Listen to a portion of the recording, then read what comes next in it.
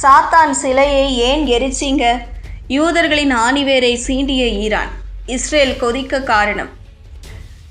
Tehran வீதிகளில் கடந்த வாரம் ஒரு காளை உருவ பொம்மை எரிக்கப்பட்டது. அது வெறும் பொம்மை அல்ல, யூதர்களின் ஆணிவேரை சீண்டும் ஒரு வரலாற்று ஆயுதம். அந்த நெருப்புதான் இன்று ஈரானின் உச்ச தலைவர் அலி கமேனியின் சாம்ராஜ்யத்தையே சுருட்டி போட்டிருக்கிறது.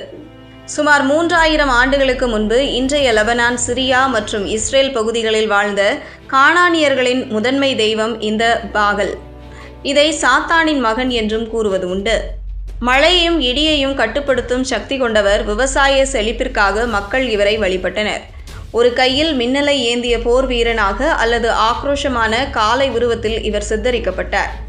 ஆனால் இதை மத்திய கிழக்கில் சாத்தான் என்றும் சாத்தானின் குழந்தை என்றும் கூறுவது உண்டு.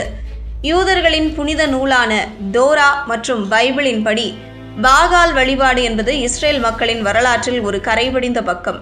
கடவுளை மட்டும் வழிபட வேண்டிய இஸ்ரேலியர்கள் அவ்வப்போது பாகால் வழிபாட்டிற்கு மாறினர். இது இறைவனுக்கு செய்யும் துரோகமாகவே கருதப்பட்டது. இந்த வழிபாட்டு வேறுபாடு காரணமாக யூதர்கள் உள்ளேயே நிறைய சண்டைகள் நடந்துள்ளன. வரலாற்று ஆவணங்களின்படி கர்மேல் மலையில் வைத்து பாகால் பூசாரிகளுக்கும் இஸ்ரேலிய இறை தூதர் எலியாவிற்கும் இடையே ஒரு பெரிய மோதல் நடந்தது. அதில் பாகால் பொய் தெய்வம் என நிரூபிக்கப்பட்டு அதன் சிலைகள் உடைக்கப்பட்டன. ஆனால் இத்தனை காலம் கழித்து இஸ்ரேலில் பலர் அந்த சிலையை வழிபடுகிறார்கள். அதாவது சில யூதர்கள் அதை வழிபடுகிறார்கள்.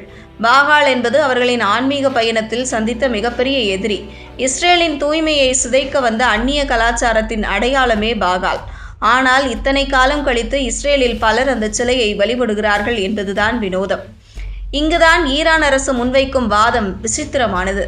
நவீன உலகில் இஸ்ரேலும் அமெரிக்காவும் பாகால் போன்ற ஒரு அரக்கத்தனமான ஆதிக்கத்தை செலுத்துவதாகவும் அவர்கள் ரகசியமாக சாத்தானிய வழிபாடுகளை மேற்கொள்வதாகவும் ஈரான் குற்றம் சாட்டியது. குறிப்பாக சமீபத்திய ஜெஃப்ரி எப்ஸ்டீன் விவகாரங்களை இதனுடன் இணைத்து யூத தலைவர்கள் பாகால் வழிபாட்டாளர்கள் என்ற விமர்சனங்களை வைத்தது. பாகால் என்பது யூதர்களுக்கு ஒரு சாபம்.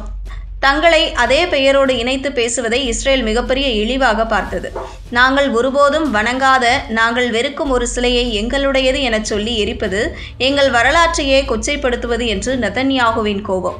இந்த சிலையை எரிப்பு நடந்த 48 மணி நேரத்திற்குள் இஸ்ரேலிய அமைச்சரவை ரகசியமாக கூடியது. இனி எச்சரிக்கைகள் தேவையில்லை, நேரடியாக தலையையே துண்டிப்போம் என மொசாத் தலைவர் கொடுத்த ரிப்போர்ட் பச்சை கொடி காட்டப்பட்டது. இதைத் தொடர்ந்தே பிப்ரவரி 28 அதிகாலை இஸ்ரேலின் F-35 ரக விமானங்கள் ஈரானின் ரேடார் கண்களில் மண்ணை தூவிவிட்டு உள்ளே புகுந்தன. பாகால் சிலையை எரித்த அதே தெஹ்ரான் நகரில் கமேனி தங்கியிருந்த பாதுகாப்பான பதுங்கு குழிகள் மீது பங்கர் பஸ்டர் குண்டுகள் பொழிந்தன.